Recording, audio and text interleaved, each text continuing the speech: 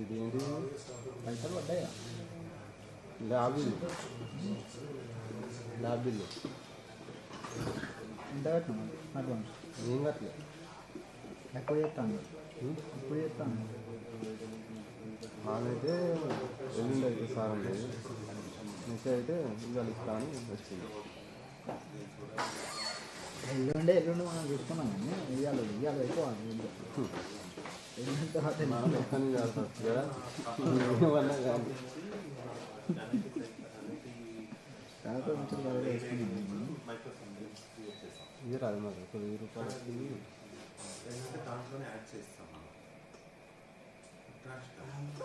నాకేం 10,000 పని చేసినాను. రాలే అనుకో పెద్ద పని పడ్డది కానీ ఇవాళ పైసలు అవుతాయి అని వచ్చేది. పెద్ద అంటే పెద్ద బిడ్డకు సంబంధం లేకుంటే నాడు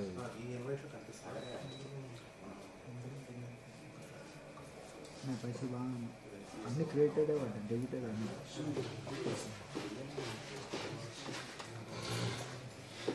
ఫోన్పేలో పైసలు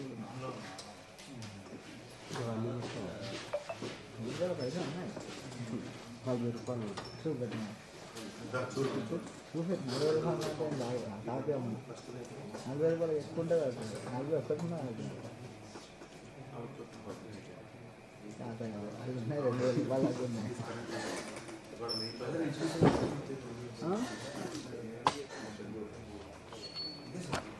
ఇంకా 1000 రూపాయలు చేయాలి. అరే కెమెరా ఉన్నాయి చేతిలో. వదురు మరి ఇగో అరే నువ్వు వదురు.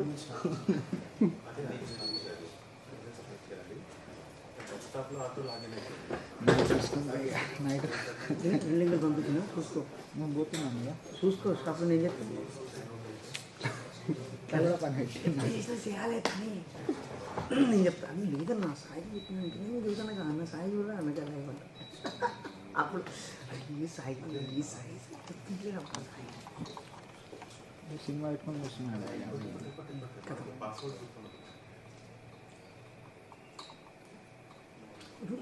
మైక్ వాయిస్ మన వాయిస్ రావాలంటే ఏం బదులుతాయి?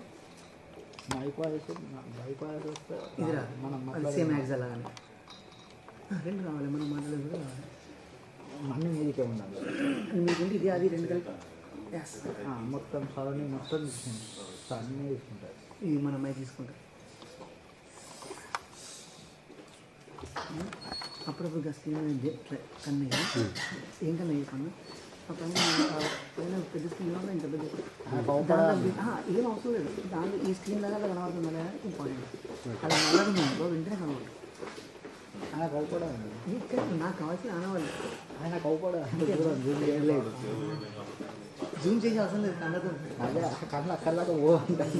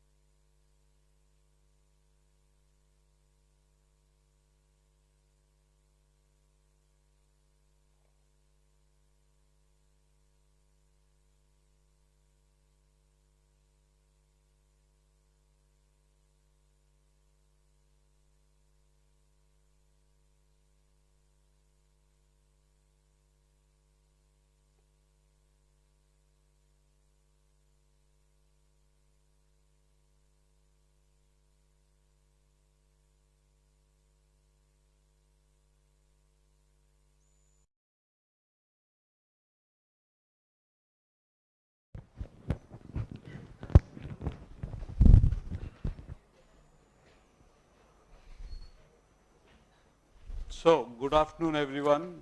Good afternoon to this very last session of the course. Uh, to be honest, we didn't have any specific agenda decided for this particular session, right? We didn't have any. It is meant to be a valedictory uh, session with no specific agenda. So let me begin by asking all of you, did you enjoy the course? Did you like it? Yeah. Was it an overload of information? Did things go too fast for you? But that's life, you know. When you have such a big cross section in the audience, it doesn't go at everybody's speed, right? Some people find it too slow, some people find it too quick. So before I get into something else, I'm going to quickly ask you if you have any questions. And I hope all of you have my email ID, because as I said, I don't want this to be a 5-day thing. I want you to think that there is a permanent resource available for you guys if you have questions. So feel free to ask. Yeah, but are there any pressing questions without which you can't sleep at night? Yeah. No? But that's good. Then what Professor Saab and Dr. You have a question? Yeah, okay.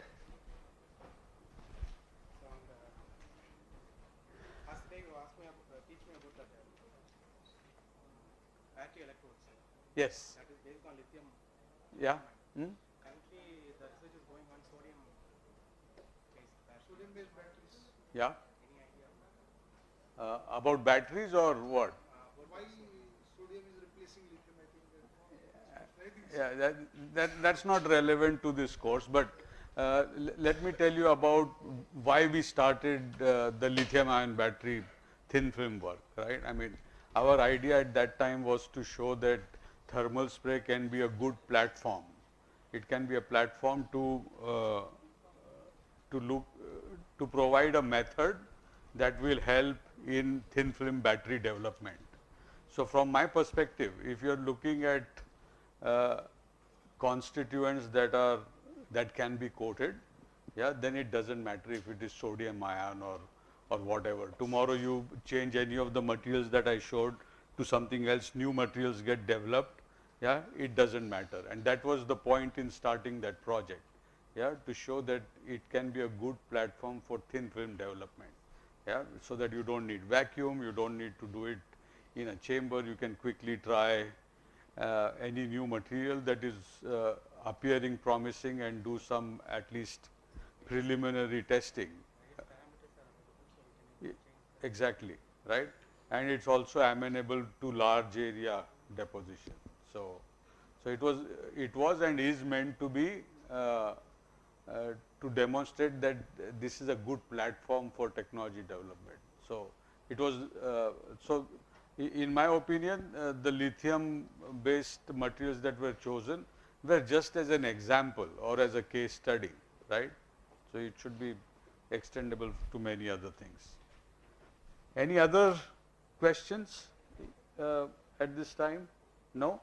But then I was just saying that when we were discussing briefly yesterday what we should cover, then Professor Venugopal and Dr. Manja said that one of the things we could talk about a little bit is about what are the interesting new areas of research, right?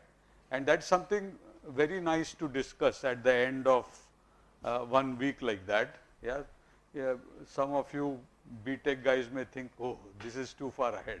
Yeah, which is perhaps true, but at least you know the direction in which the field is going, right? I have also been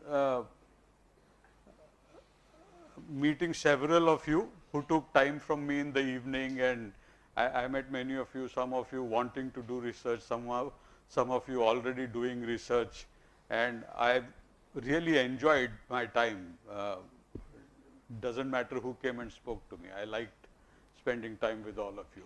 But there are a couple of comments I must make, because people ask me, oh, what research should I do? What review paper should I write? Correct? I must say that first of all, selecting research area is a very personal thing, right? Nobody can come and ask someone else what research I must do, correct?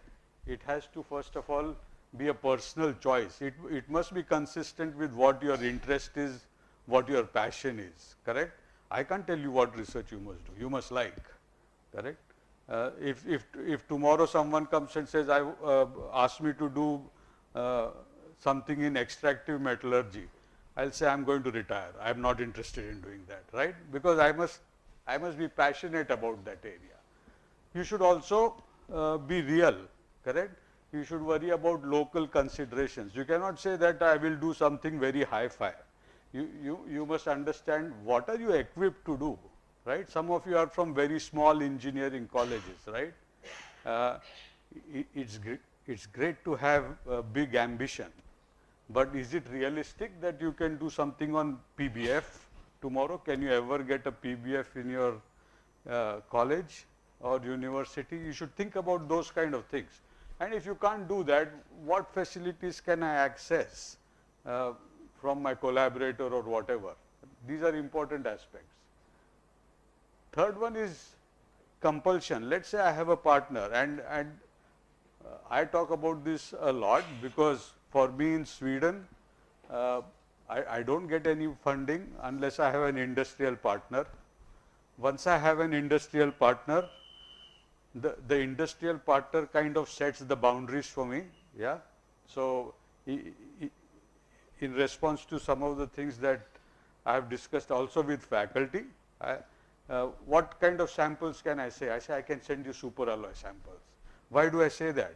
Yeah, because my partners are GIAN Aerospace, Siemens, right? So, my powder bed fusion machine is always busy doing superalloys, correct?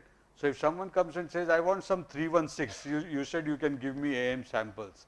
I can't give you 316 because for me it's not easy to do that. If I have an ambition to do something on 316, I don't have that luxury because my partner will say, forget it, we are not interested in 316. We only want not just nickel based superalloy.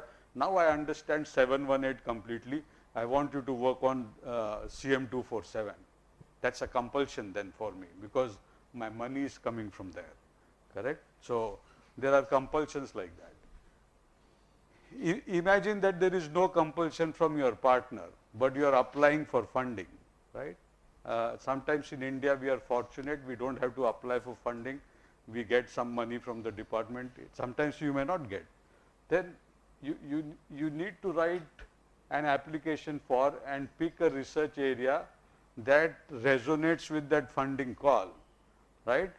People come and ask me, oh, are there any India-Sweden calls for funding? Yeah, there are. They come once in a while. The last funding call for India-Sweden funding support was on bio, right?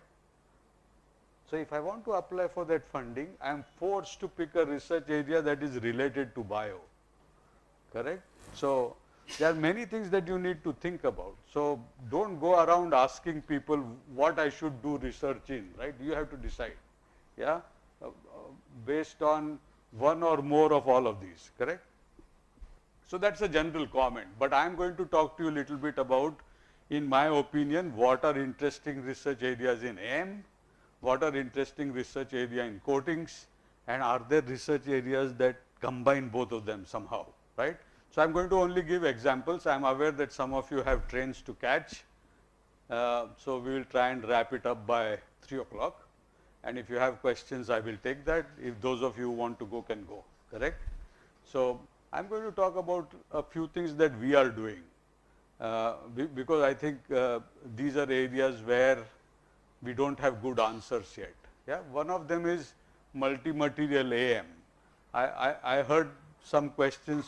That's the reason I put that. Someone doing copper and stainless steel or something like that, even here on this campus. So, we are also working on multi-material AM, and that's a very good area to work on, because the playground is wide. There are many things we don't understand. What we started doing, for example, is trying to combine a nickel-based superalloy, and an M. Crawley. Yeah. To be honest, this is step 1. Yeah. Our next step is to combine M. Crawley with yttria stabilized zirconia. That's the real big challenge. But we started with this. So we have been looking around, trying to solve many problems, building different kinds of layers, right? We started with 4 layers, 5 layers, more layers, and suddenly somewhere we begin to find cracks like that. Yeah, I have had at least couple of students come and talk to me from this campus, talking about these kind of cracks. Yeah, what does it mean? There is nothing wrong that you are doing. It's the same as what we are doing, different system, but it is challenging. Correct? So multi-material, when you look at multi-material, there could be several reasons why these kind of cracks originate. Some of them could be chemistry driven. Sometimes the crack could be driven by temperature also, right? So we are trying to kind of explore both. We have a partner that is kind of doing modeling and trying to identify if there are certain zones of chemistry which make themselves prone to such cracking, right? So we've been looking at that. Yeah, sometimes we are successful. This is a 12-layer structure. In some cases, yeah, we get cracks. Why we don't get cracks and why we get cracks here is something that we are not sure, but trying to understand. That's part of research. You cannot say, oh, I got this now, well done, I will move on, right? I would like to understand why this is cracking and this is not cracking. Just like we spoke about columnar coatings, I like to understand why I get columns and why I don't get columns sometimes, because that then forms the foundation for you to do some neat research later on, right? So this is one of the areas that we've been working on.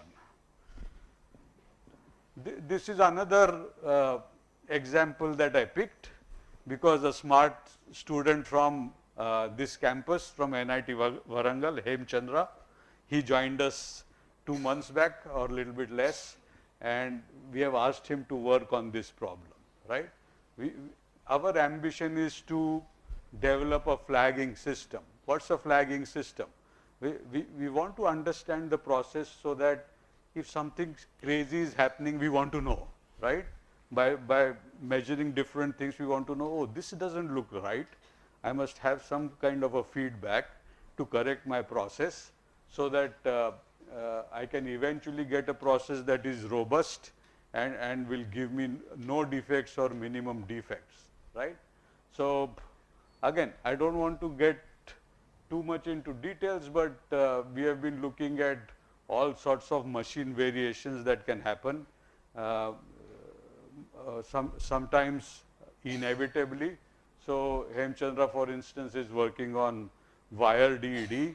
So there could be an excursion in the wire feed rate, there could be an excursion in gas flow, voltage, current. So we are trying to see if something crazy happens here, yeah, how does it reflect in the quality of the coating, right? So that is what we are trying to study. It's a very complicated map. I don't want to at this point get into those details, but what we are trying to do is look at this is an example of wire feeding, right? This is how you want it to be, but sometimes there is stubbing, sometimes there is separation and you get droplets, and if one of these things happen, what happens to the bead, right? That's what we are trying to understand. And if something like that happens to the bead, what does it mean to the microstructure, correct? So that is one area that we are quite interested in finding out how the variation in input reflects on the output, right?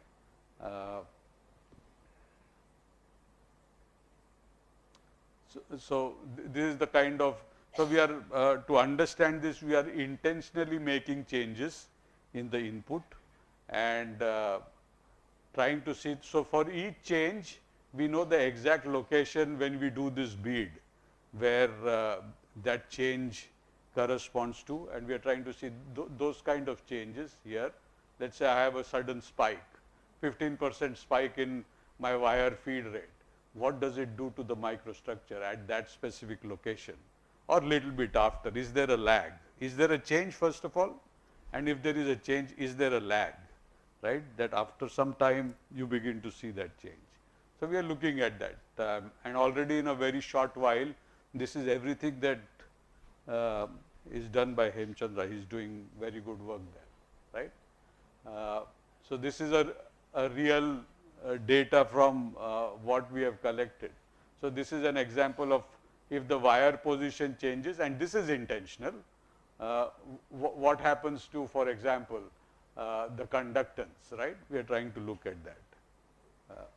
So that's just an example. Let's talk a little bit about coatings, right? Coatings is always a very hot area. We are looking at new approaches to process coatings. We spoke about powder coating. We spoke about using suspensions when the powder is very fine and there are problems with feeding. Yeah, but we want to take it to the next level. So, suppose I don't want to use a powder at all, correct? I just want to use a solution precursor, right? So, we started off asking this question: can we not use a powder at all in thermal spray and get columnar coatings? We have already spoken about why we need columnar coatings, right? Because of strain tolerance, etc.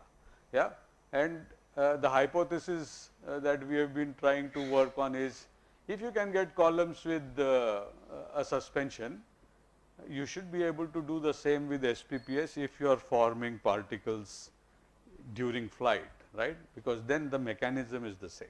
The fine powders just go along with plasma flow lines and then they should form columns, right? So that's an area of research, correct? So what is critical based on what knowledge is available in literature is, if very fine powders exist from a suspension, they don't travel straight, they travel like that. They go with the plasma drag line, and then they deposit on these asperities or roughness, and then slowly that builds to form a column, right? So that is known. So that tells me that as long as you get these fine particles, it doesn't matter how you get, correct? As long as you get fine particles, you should form columns, right? That's my hypothesis, whether right or wrong. Nobody's done that before using solution precursor, but we have spent a lot of time and we've had the conviction that it happens, because you saw this slide yesterday. What am I saying here? That if you get fine particles, it should form columns. And what did I show you yesterday or day before? That if you do things right, you get particles, right? So if you do right, you should get columns as well, right? And that's exactly what we have shown, right? This is a hot result. We have not even published it yet, but now we are able to get columns without using any powder, without using any alcohol. So a lot of people are interested in this. Yeah.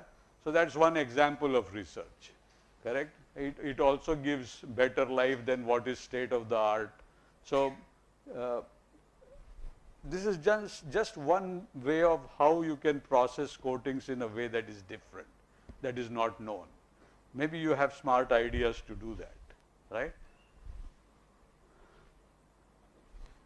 That lady back there before lunch was asking me, oh, I do cold spray and I lose lot of powder, yeah? Lot of powder is being lost. How can I minimize loss of powder, correct? It's not easy to minimize loss of powder many times. If you look at data, on an average, thermal spray has an efficiency of 50 to 60%. Yeah, if you do it really good, 70%, right? So 30 to 50% of the powder is just going, yeah, because it doesn't deposit. It doesn't deposit for a variety of reasons. Yeah, imagine something like this being sprayed. Yeah, you're spraying, the gun goes to the side, you spray, gun goes to the side again. why does the powder not get deposited all the time? For several reasons. One is the inherent deposition efficiency is limited, right? The coarse particles don't melt, don't plasticize, they bounce out. Yeah. Then when the gun is on the side, it is still spraying powder, but there is no substrate there. So that is going. Depending upon the size, the powder flow goes like that. The sample is in between, so you may be losing powder above and below that, right? So what can happen? Some of this powder which doesn't deposit, but it hits the substrate, falls on the floor. Some of the powder, when the gun is on the side or is the plume is beyond the size of the specimen, goes there and goes to the exhaust and is collected in a filter, right? So there are two sources of waste: what falls on the floor and what goes and gets collected in a filter. So 3-4 months ago, there was a call for funding which spoke about sustainability, and then I wrote an application on reuse of thermal spray waste. That application got rejected, by the way. I didn't get that application, but I didn't stop working, right? We have continued to work on that. So we have had one company in Denmark carefully collect the waste from the floor, carefully collect the waste from the filter or the exhaust. So this is what a virgin powder looks like, average particle size of about 40 microns. This is what powder collected on the floor looks like, about 20 microns. And this is what the powder which is collected in the filter looks like, about 7.6 microns. It has large chunks, right? Some of these, what do they look like? Some of these, they look like this, right? Yeah. So they have not shattered or anything. They are, my guess, they are coming from when the gun is away from the substrate and it's just getting sprayed. Nothing else is happening to that, right? In some other cases, not from this guy, we have also asked similar thing from somewhere else, because this was HVOF spray. My ambition is to look at what happens with HVAF waste, what happens with plasma spray waste. I'm looking at all of those. So here looks like this. From some other supplier, you see chunks of alumina. This is incidentally tungsten carbide cobalt. Very expensive powder, extremely expensive powder, right? So if I can get anything sensible out of this, I'm in good shape. Right now, these people pay money to get rid of this waste. First of all, powder is wasted. Then you have to pay money to get rid of that wasted powder, because it's categorized as hazardous waste, right? So if I can get anything out of this, then I'm in good shape. Then I can go to my funding agency and say, you're stupid, you didn't fund my project, but you should have done that. I'm doing this on my own at the moment. What I started saying was, from some other supplier, we see chunks of alumina here and little bit here. Why do we see alumina? Some of you work in thermal spray. Why do I see alumina along with my tungsten carbide? Correct. Yeah, because they use alumina for grid blasting, so that is also falling on the floor. Yeah, sometimes that's also getting collected in the exhaust. So from a different vendor, I find no, this is a, I'm not showing that result, but this is a blow up of the same powder. So yesterday we sprayed this powder. I was not there, but I asked my engineer to spray, and we are getting fantastic coatings. We don't know the quality, but it sprays well. We have not even sieved, we are not even separated. We have just taken what came and we have sprayed that. So I'm very curious to see what happens, right? But I'm very excited.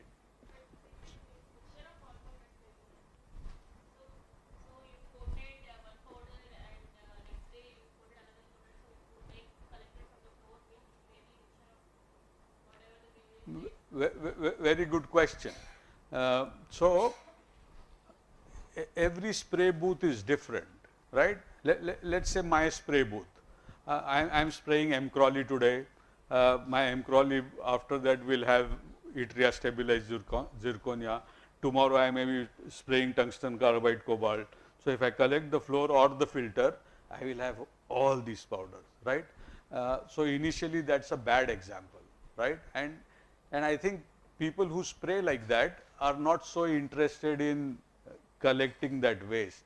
It's a bad example.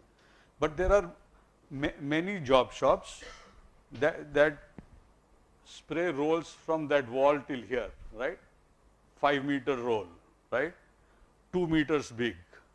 So, they are spraying a roll for 2 days non-stop with tungsten carbide cobalt, spending so much money, wasting so much powder. So, for them, if my results are good, yeah, it makes lot of sense to say, okay, I am going to clean the floor chakachak, I am going to clean my filter, and I am going to collect what I am wasting over 2 days of non-stop spraying, yeah, and collect that tungsten carbide cobalt. So, that is our aim. We will see what happens, right. So, for me that is also a good research area. Let us talk about coating of AM as my last example, because this course was about AM and it was about coating, right. So, one question we are trying to ask is, are as-built AM surfaces directly suitable for coating, or do you have to do something? Yeah, do you have to do some pre-treatment before they can be coated? Yeah. So, this project begins to ask these kind of questions. What happens? What do you think happens? Are as-built surfaces ready to be coated, or what does your common sense tell you? Are they ready to be coated, or you will have trouble coating as-built?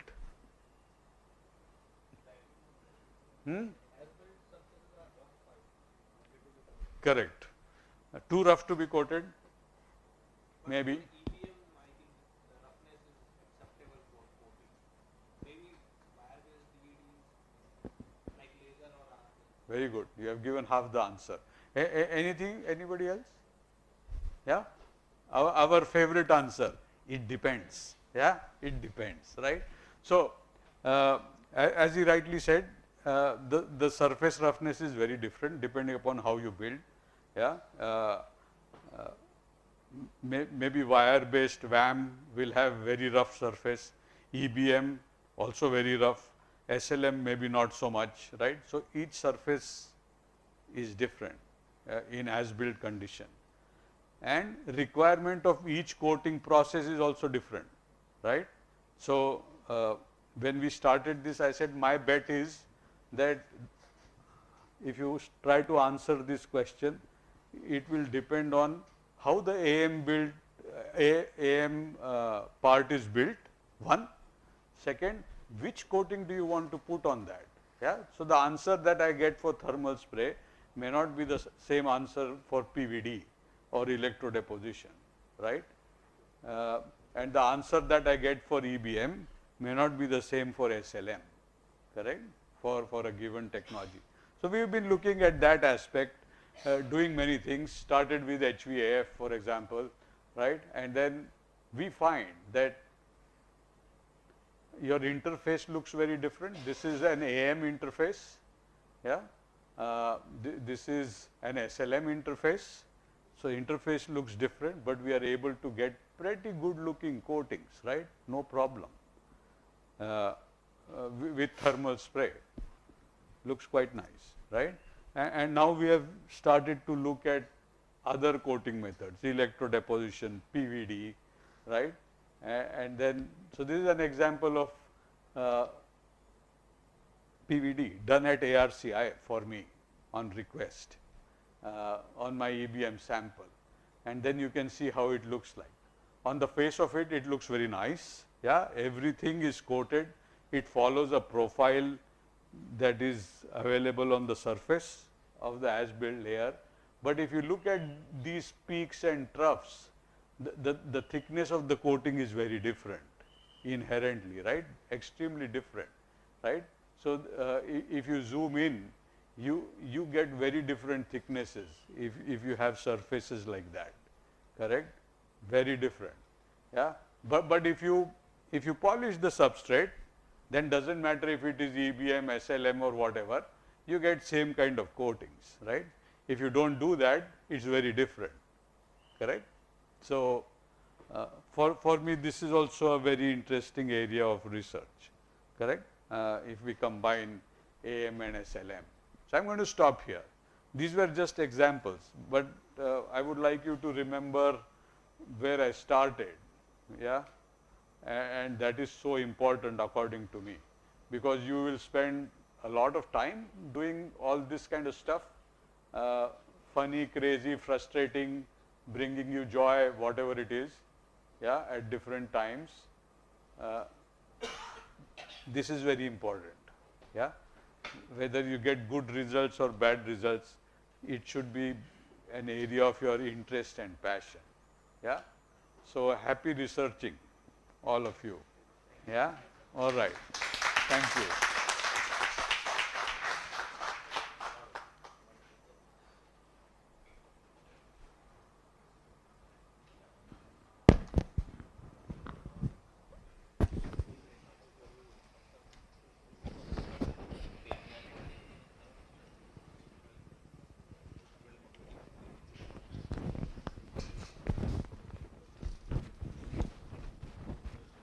Thank you, sir. Participants, finally you can got lot of insights for 1 week.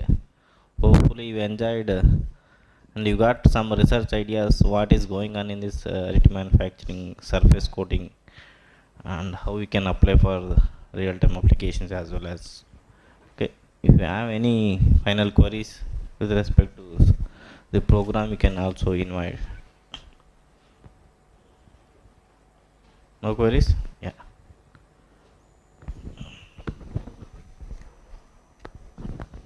Yeah. Of course, we are formally yet to start our valedictory function, but there are 3 participants who are in a hurry to leave. So, we would like to give away these certificates to those 3 participants. Now, I request Professor Joshi to kindly hand over these certificates. Dr. Dr. Abdul Kalam, we'll start it after that. Sir, you can give, sir. We will start after that. Let them leave. Dr. Abdul Kalam.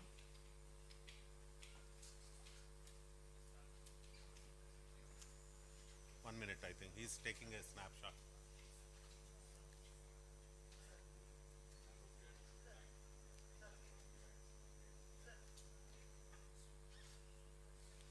Dr. P. Anusha.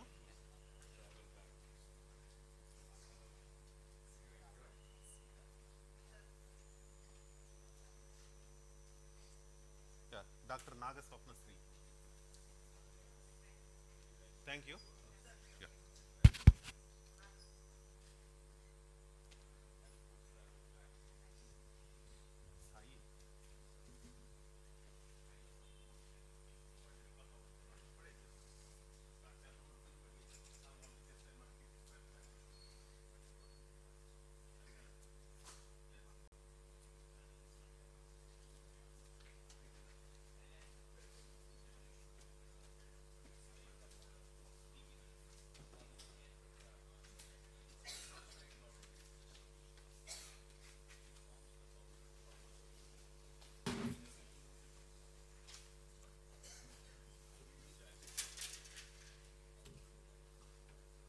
అది of చేసేయచ్చు projector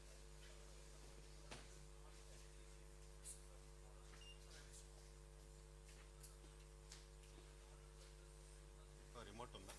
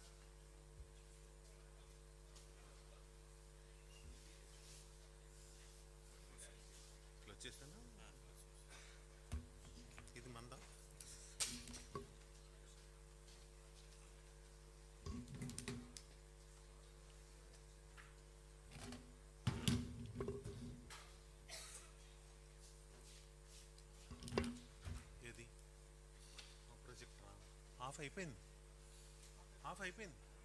తను చేశాడు, సాయి చేశాడు.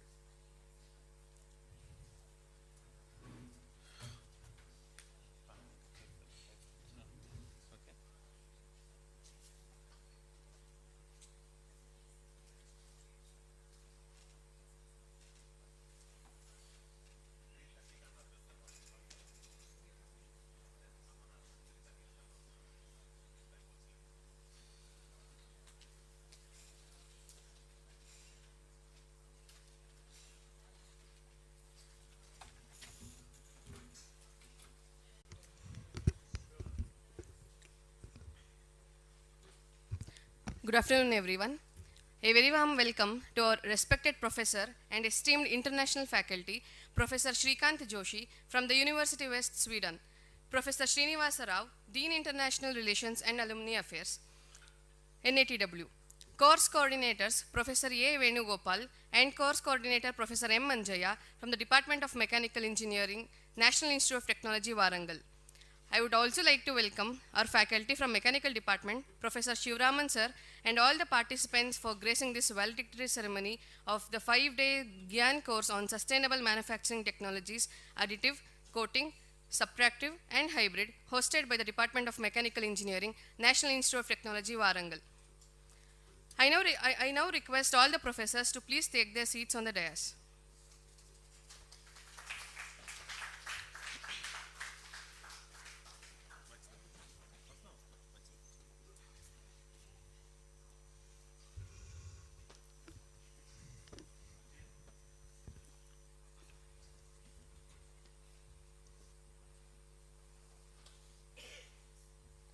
Thank you, sir. We are truly privileged to have been a part of such an enriching academic journey over the past 5 days, started from 25th November 2024 to 29th November 2024. This workshop has been a culmination of knowledge sharing and skill development in the field of sustainable manufacturing, which is undoubtedly a cornerstone for shaping a greener and more innovative future. A heartfelt thank you to our brilliant speaker, Professor Shrikant Joshi, whose deep expertise and vast experience in sustainable manufacturing have enlightened us all. Sir, your sessions were nothing less than a transformative, and we are very much grateful for the immense knowledge and insights you have shared with us. Thank you, sir.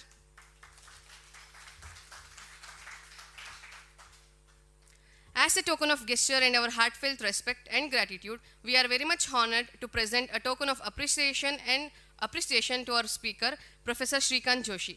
I now request our Dean IRA and coordinators to kindly step forward to present the memento.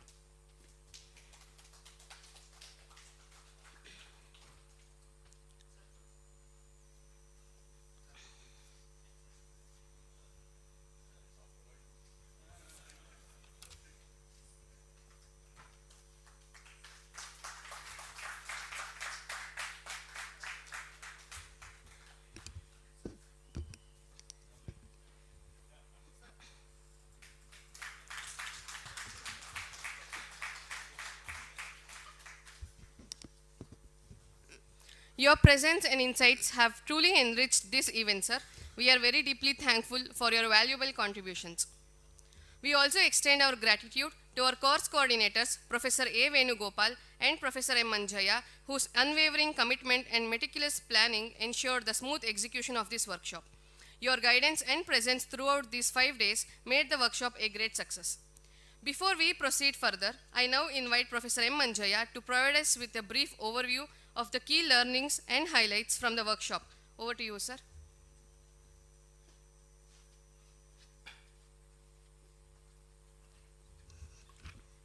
Yeah, good afternoon to all the dignitaries and as well as my colleagues and my participants.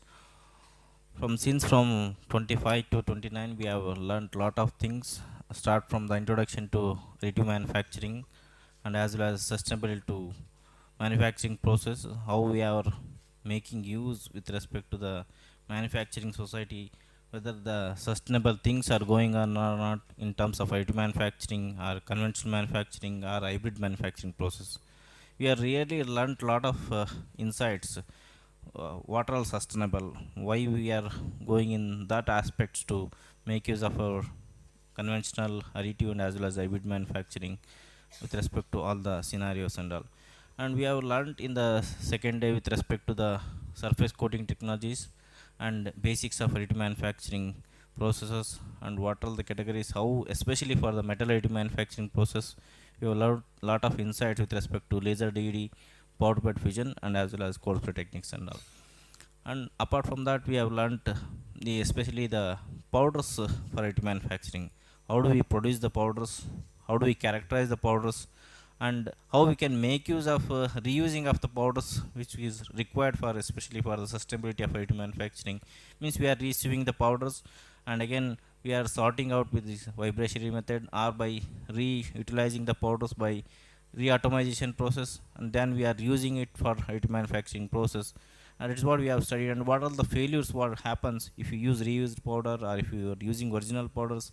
And also we don't know when we are buying the powders what kind of powders we have to buy for additive manufacturing. These are all the insights we have learned in the second day and all. And later in third day we have learned lot of thermal spray coating techniques, and as well as the laser cladding, and also the thermal barrier coatings, and also the cold spray techniques and all. And parallelly we have learned some of the lab sessions with respect to the numerical modeling with respect to how laser DD and powder bed fusion, how we can able to simulate the laser DD and as well as powder bed fusion with Abacus and ANSYS and all. And apart from that we have learned also the end topology software, how we can topology optimize and minimize the weight of the component by adopting these kind of technologies and all. And apart from that, qualifications, testing, and how to certify these parts for real-time applications from Deepa Srinivasan we have learned today onward entire session. And also sir has given future insights today, what directions you can go ahead with respect to the available facilities, and also in research is especially the main domain with respect to your interest. That's what we have to go with respect to our interest and what capabilities we have in our thoughts and all. Then we can go ahead further with respect to these. These are all the things we have learned in the entire 1 week program. Hope we have got lot of insights with respect to this sustainability manufacturing technologies in all the areas like machining, additive manufacturing, coating, and as well as hybrid techniques and all. Okay, thank you.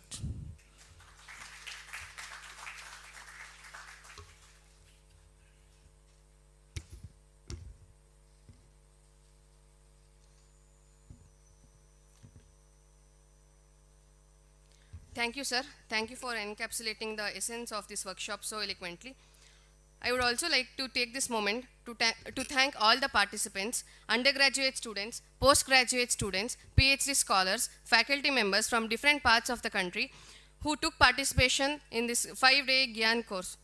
Your active participation, curiosity, and engagement added immense value to this course. I hope this workshop has provided you with a comprehensive understanding of the latest trends and development in additive, subtractive, coating, and hybrid manufacturing technologies, along with insights into sustainable practices that are crucial for the industry today. Before moving on to the distribution of certificates, I would like to take a few moments to invite feedback from our participants. Please feel free and raise your hands to share your thoughts and feedbacks or any suggestions about this workshop.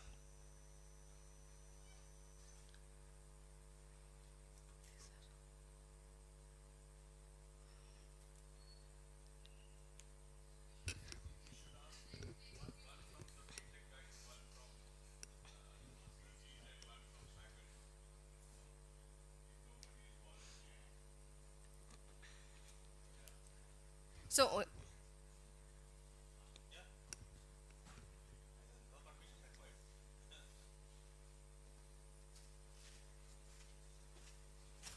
Good evening to everyone. Basically, this course has emphasis and given a lot of insight how we should do research and manufacturing by keeping the sustainability in our point of view. And after that, from a very entry level, any BTech graduate to a faculty can understand each and every aspect in which Professor Joshi sir, Manjia sir, and other esteemed speakers have discussed. Overall, technically, all what are the recent trends and the developments happening in the world of additive manufacturing and coating manufacturing, power processing of coatings have been well explained. Thank you for the opportunity to everyone. Thank you, sir.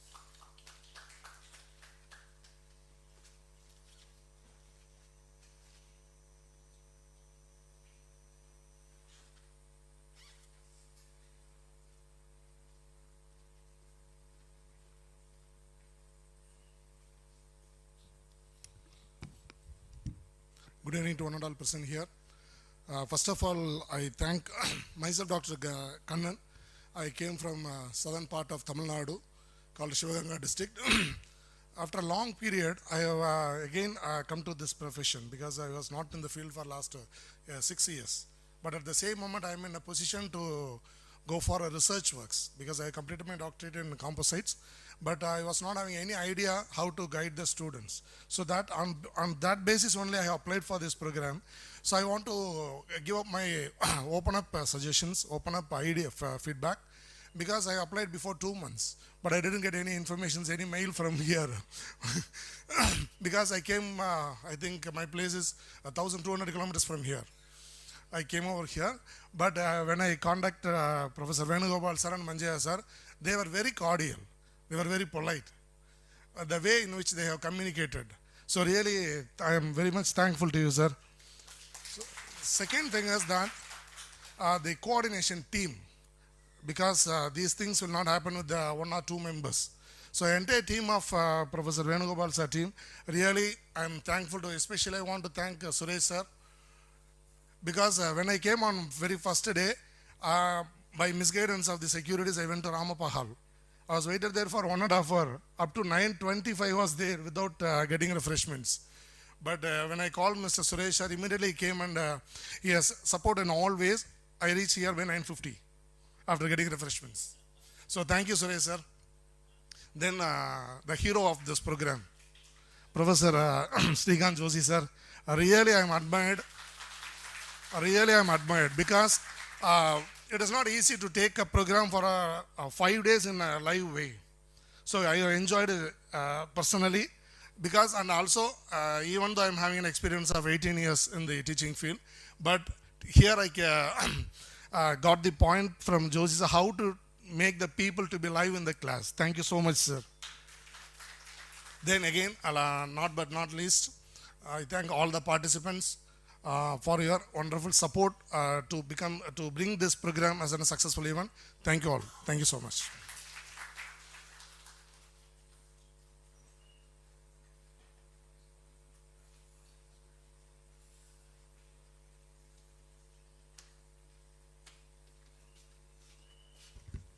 Good afternoon, one and all. My name is S. Vinayak. Before I tell you, I am just an BTech second year.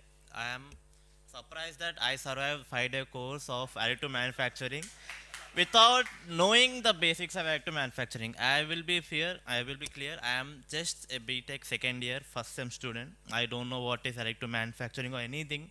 My HOD sir came to me and told that once go and explore your options. So we 3 members came with the seniors. I am happy to be a part in this particular program because I am seeing HODs, professors, again doctorates, and other big course people, and I am being one in between them and learning what they are learning with me. So I am happy and grateful for giving this opportunity for me, and I am sure and I'm more enthusiastic to learn more. Not an additive manufacturing, anything which NIT or any institution gives a chance about.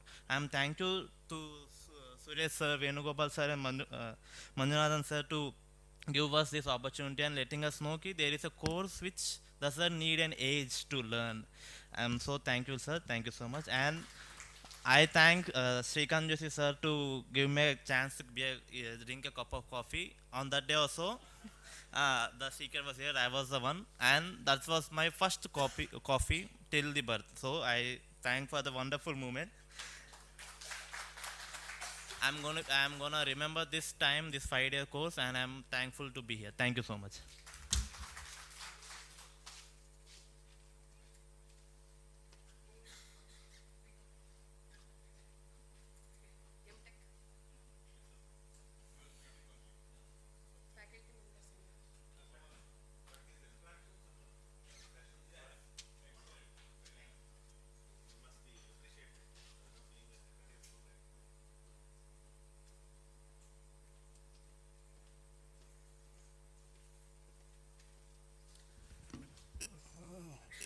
Good afternoon, all the dignitaries and the professors and associate professors and assistant professors and my colleagues and BTech students. I wishing you all My name is Mr. B. Ramarao. I am from Vijayawada. Present I am working in DVR and Dr. H.S. Mick College of Technology, Kanchikicherla. I started my journey in 2014, sir. At that time, I don't know how to teach and how to manipulate the students and how to moderate the students. But when I saw you, I completely involved with your explanation and skills. I am floating on your delivering words every day. But teaching is it is a delicious and it is a God's gift. We have to prepare and we have to give the good knowledge to the students. It is a wonder. When I started my journey, I don't know how to speak English. But my first teacher is my wife. Nearly 2 years he beside me and he pushed me. The teaching is you get many holidays, Sundays, second Saturdays, everything she told me. So moreover, my specialization is machine design. I don't know additive manufacturing. I don't know what is coating and sustainability, and powder technology. And this second day, on 26th in tea break, I spoke to Joshi ji. Recently, for the second year, sir, I teach additive manufacturing, sir, but I don't know. Only 30% I delivered my technology and my teaching to the students, but I am not feel happy. But when you are explaining about everything, I got the confidence 100% I can learn what is additive manufacturing and what is sustainability and what is coating and what is powder technology. And everything I got it and I am writing the notes also. Because of you and from you, we can learn so many things. In future also, we want to be in good positions like you. And thank you very much for giving me this opportunity. And all the best to one and all. Once again, I am greetings to all the dignitaries. Thank you very much.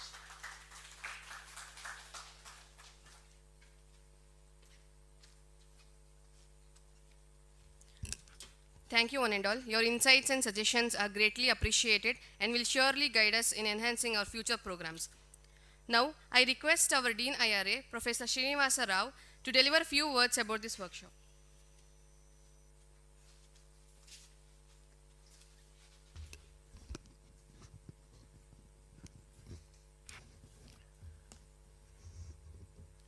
Good evening to all, and my special thanks to Professor Shrikant Joshi who has come all the way from Sweden to deliver lectures here, and his interactions might have helped you a lot. So this type of courses, it is not like a regular courses. These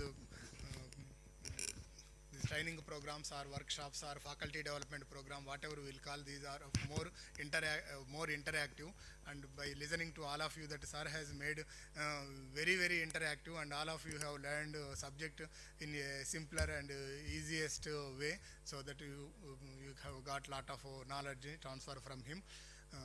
So I thank once again for him to make the subject so simple and interactive and making interest to some of the participants who told they are not even having background of manufacturing, but still they got lot of interest about the sustainable manufacturing technologies by listening to him. He's having a vast experience, and his ability and skills might have made the subject very simple, and all of you might have enjoyed. So I thank the coordinators for contacting a foreign expert and writing a proposal for Government of India and getting approved and conducting physically. All these things you may be observing that this is not simply a 5-day program. It is having a lot of background and history. We have to work for 6-7 months to interact with foreign faculty and write a research proposal and arranging the lectures, and finally Government of India has to approve, and then only these things are going to happen. So we appreciate the efforts and programs initiated by Government of India. This is the GIAN Phase 4 program is going on now. In this Phase 4 program, we got 21 courses. Out of the 2 courses started simultaneously and they have closed it today. And all these courses are another good thing Government of India insisted is these courses has to be recorded as well as webcasting has to be done, so that not only the participants who are attending and listening here, these lectures can be, they have uploaded this web link in GIAN portal and they have communicated to the local coordinators to share this web link to the faculty as well as the students of the institution, so that as far as possible, maximum people should get benefited by listening to these courses. That is a very good initiative made by Government of India. So directly live lectures can be listened as well as recorded lectures also will be available. And moreover, compared to all those things, physical interaction is very much important. Not only listening to the classes, after the class duration period, you can interact with the foreign faculty and you can also interact with the co-participants for making the subject simple and making the research collaborations in future and understanding the things happening at your places in this area of research. So many things might have happened by physically attending these courses, and we have to appreciate the foreign expert for showing interest to come to his own country and interacting with the faculty as well as the participants for making the research collaboration more active. So I thank once again Professor A. Venugopal and Professor Manjaya and Department of Mechanical Engineering, and a special thanks to Professor Srikanth Joshi. So all these people contribution, we could able to conduct a 5-day program successfully. Our special thanks goes to our director Professor Vidyadhar Subodhi. He is very much interested in making international collaborations, so our visibility of our NIT Warangal should be there across the world. So under his dynamic leadership, we are making so many initiatives with international collaborations.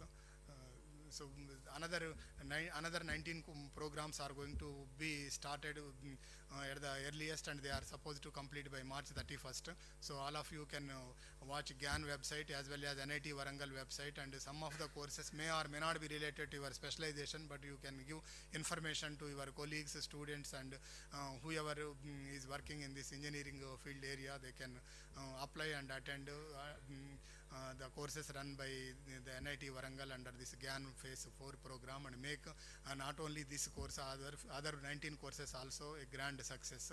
So you should act as an ambassadors to promote the GIAN courses conducted by NIT Warangal in future. Within 4-5 months we are supposed to complete remaining 19 courses. So thank you one and all. Thank you.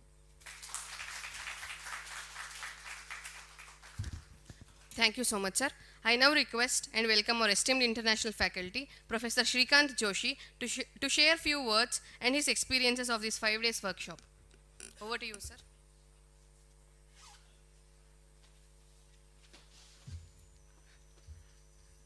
I think you guys must be bored of me by now. I've been speaking for 5 days, no? So I didn't expect to say few more words, but I don't have much more to add. I was just talking to Dr. Manjay on the side. We started this planning long back, probably in May, June sometime.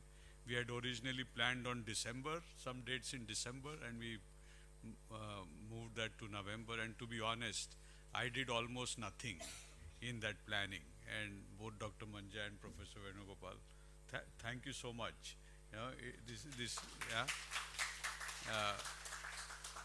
including writing the proposal, everything. My input was minimal, so it was delivered to me on a platter almost. So thank you very much. And even all arrangements, I didn't have to worry about anything. So it was wonderful to be a part of this GIAN course. My thinking on the GIAN course is a little bit different. I mean, I enjoyed, of course, talking to all of you over the last 5 days, and you can do only so much in 5 days. and that's the reason I once again repeat that if you guys think that I can help in some manner, feel free to send me an email. Also remember that I'm a very old guy, I forget. Yeah, so don't hesitate to send me reminder 1, reminder 2, reminder 3, it's okay. I mean, I will not get upset. So please keep after me till you get what you want in terms of information, not in terms of a postdoc or something like that. Yeah, but feel free to write to me. But the reason I was saying that for me GIAN is something else. I had an opportunity to visit, for example, the metallurgy department here on the second day. Absolutely fascinated by the facilities that I saw. I had a chance to meet many faculty here and visit their labs as well. I think we can utilize GIAN not just for a course or to impart some sort of a condensed educational module, but we should also use it as a stepping stone to build long relationship or long collaboration. So we are already talking about some dual degree or something like that, if that will work. We are also discussing if some joint supervision, etc., is possible for PhD students. And I think it is very easy to criticize the government. Yeah, we always do that as a pastime, but I think the Ministry of Education needs to be commended to set up avenues like this, which allow to build bridges, right, for something like that to happen. So I'm hopeful that I see some of you visit me in Sweden sometime, yeah, and for us to do something more which will last longer than this 5-day course. Yeah, but with that, I don't want to take much time. Thank you very much. I also want to thank each one of you individually, because I always wanted this to be interactive, and I like the input that I got from you. I like the questions that I got from you. I even like the lousy answers that I got sometimes. Yeah, but it was fun. It was nice. And as the Dean said, I think you should be ambassadors for these kind of courses and make sure that the next set of courses that NIT Warangal offers are equally successful. Yeah. So thank you very much once again. Keep in touch.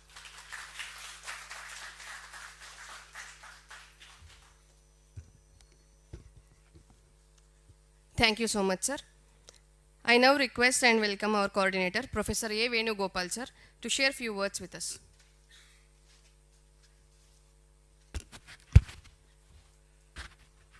Yeah, good afternoon to all of you. And Professor Joshi, who is the international expert, our Dean International Relations, Professor Srinivas Rao Garu, and my colleague and other coordinator, Dr. Manjaya, and faculty, students and friends. In fact, when we started writing the proposal, we thought of approaching Professor Joshi. We came to know that our interaction when he was with ARCI some time back, and we thought whether he will accept our proposal or not. I know that he is very strong in coatings, but the way we proposed like additive, subtractive, and hybrid, then we were little hesitant. But the moment we approached him, he said yes, because he has worked in additive manufacturing and coatings, and also he helped us in roping some of the industrial experts like Dr. Deepa Srinivasan today and Dr. Santosh Nagaraj yesterday, who also helped us in conducting all the sessions very meticulously. He might have been in modesty in telling that my role is very limited, minimal, but he pushed us sometimes, like, can we have a meeting today to discuss what are all the contents, how the sequence should be, and everything, like who are all to be approached, can we rope in some of the other experts. So all that he helped us in the planning of our course. And thank you, sir, for accepting our invitation and came all the way from Sweden to India once again. And in fact, when I went through the course, I was little doubtful. Like, there are BTech students, MTech students, faculty, PhDs, and all other mix of participants here. I was discussing with my co-coordinator, Professor Manjaya, can we accept BTech students? Sir, there were requests, so let us go ahead. Then when the way the lectures were organized by Professor Joshi, it started with very basics and then slowly moved to the research, and finally today it ended up with giving what are all the opportunities in additive manufacturing as well as surface coatings. So it was really organized wonderful, sir. That's what on behalf of all the participants, I must congratulate and thank Professor Joshi for making these 5 days very a learning experience for all of us. And another thing is, like, the managements who have sponsored all the participants to, especially you all might have been at the fag end of your semester, so for sponsoring you and sending all of you to NIT Warangal for understanding this particular GIAN course, for going through this course, I would like to thank all of them. And last but not the least, I would like to thank all my student coordinators who really planned everything meticulously and executed, coordinated with each and every participant. So thanks one and all. And I also would like to thank our Dean International Relations, who was meticulous, right? The moment all the 21 courses sanctioned to NIT Warangal, he has conducted a meeting with all the coordinators, which never happened. Though it is phase 4 today, in the last 3 phase meetings, we used to run on our own. There was no coordination from Dean International Relations, the then Dean International Office. But he has coordinated with all the, the GIAN coordinators and discussed their difficulties and liaisoned between the national coordinator and the coordinators here for running these courses. And even the day before starting our program also, he sent all the information, what are all the documents that we need to submit. Everything was meticulously planned. He's a very serious academician and researcher. He's from electrical engineering. Of course, we joined together, but he's very serious person in that particular aspect. Very meticulous. So I must thank you, sir, for coordinating all these activities. So with this, of course, this GIAN course is not a 5-day program.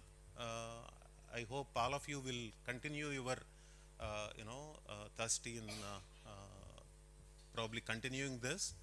And you also might have seen how, the speakers have given their, how they have explained each and every topic, how they have approached every problem in the research perspective. Probably that is also a learning. Even if you are from design or, a BTech student, you should pursue your, research interest in the field of your own interest. Even the first slide today evening, just before this session, it should come out of your choice. The research is completely a personal choice. So I hope all the best to all the participants, and thank you.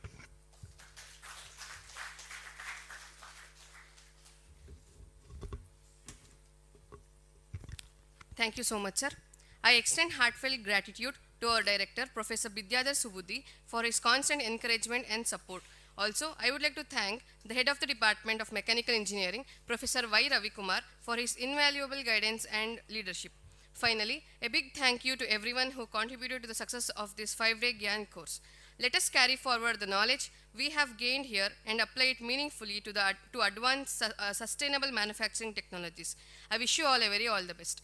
As we reach the conclusion of this workshop, I now request our esteemed speaker, Professor Shrikant Joshi, sir, along with Dean IRA, and course coordinators Professor A. Venugopal sir and Professor M. Manjaya to kindly present the certificates to our participants. So I'll be calling out the names and I would request our participants to come and receive the certificates.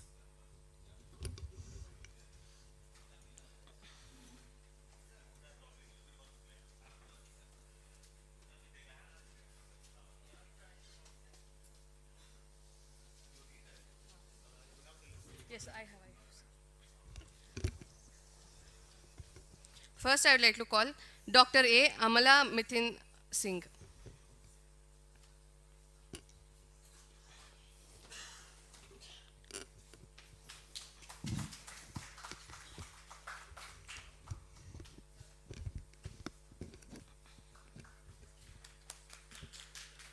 Dr. Janardhan.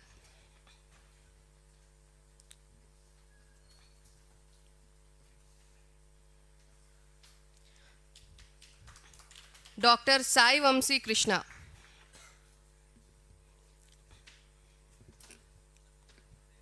Dr. S. Kannan.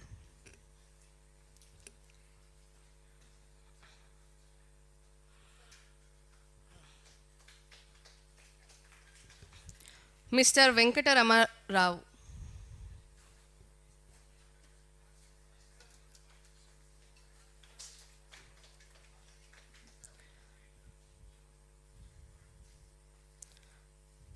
Dr. Banerjee.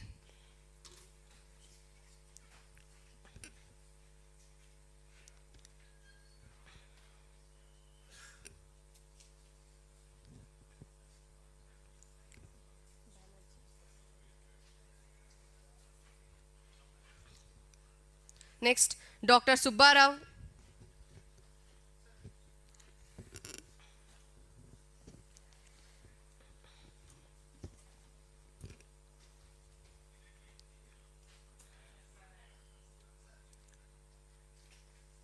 Mr.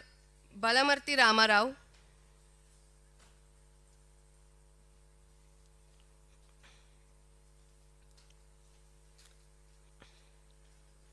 Mr. Mandakrishna.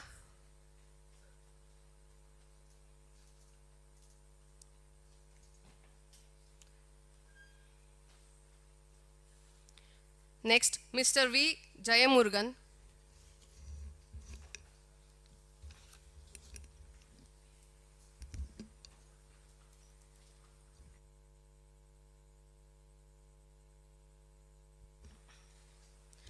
Mr. Akash Vincent.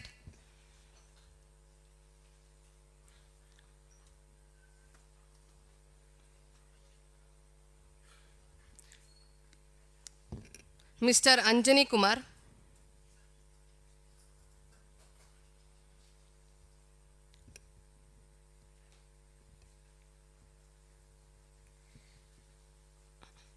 Mr. Lokesh.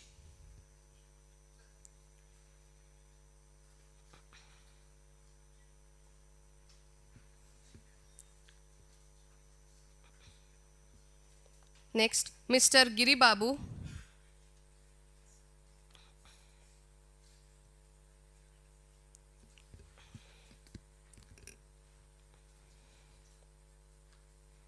Mr. A. Gautam Bhargava.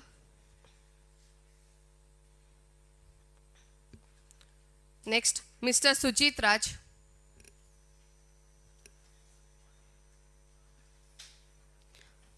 Mr. Kartikeya.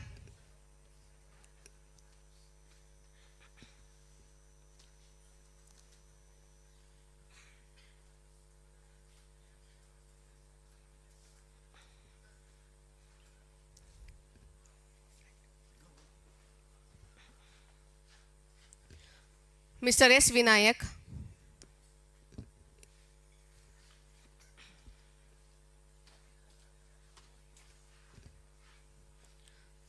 Mr. Pranay Kumar.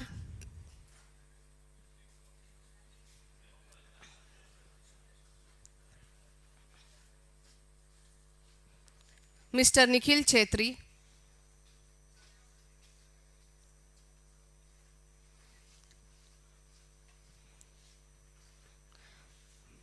Mr. Pasalapudi Lochan Sai.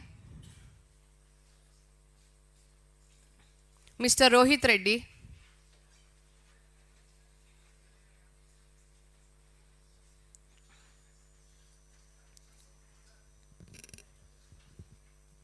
Mr. Goru Vikash,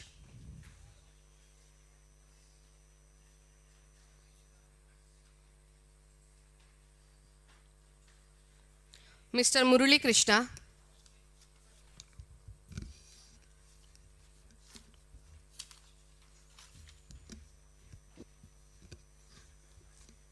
Mr. Angot Vikram,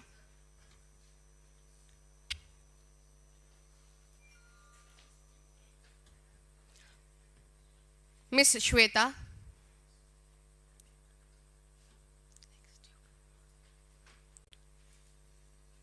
Mr. Munesh,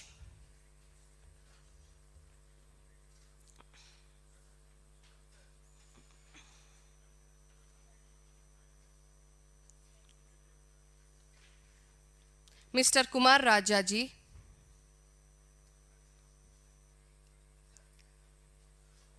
Mr. Ramanaji Koneti,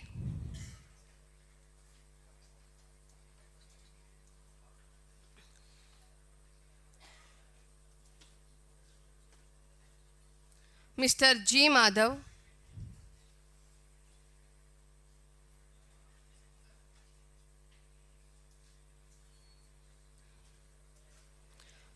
Mr. Ishwar Kalyan,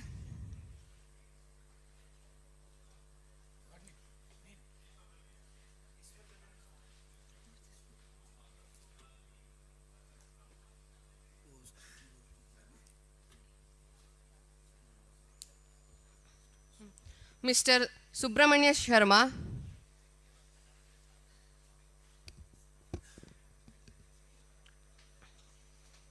next Mr. Shiva Subramanian J,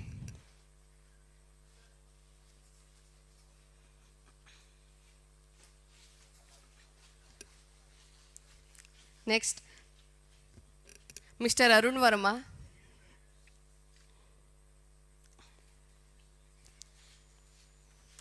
Miss Sayali Shidruk Ramesh,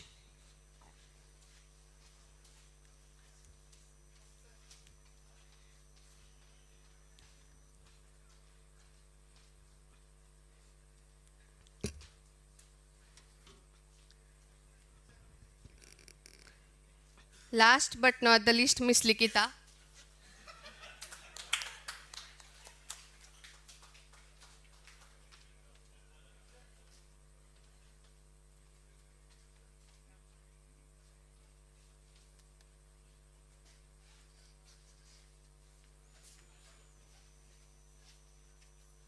thank you one and all.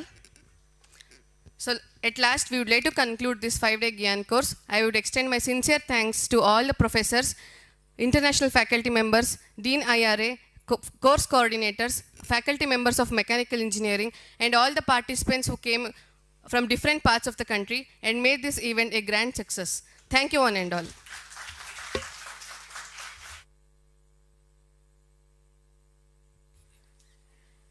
So refreshments are arranged. You can just have height.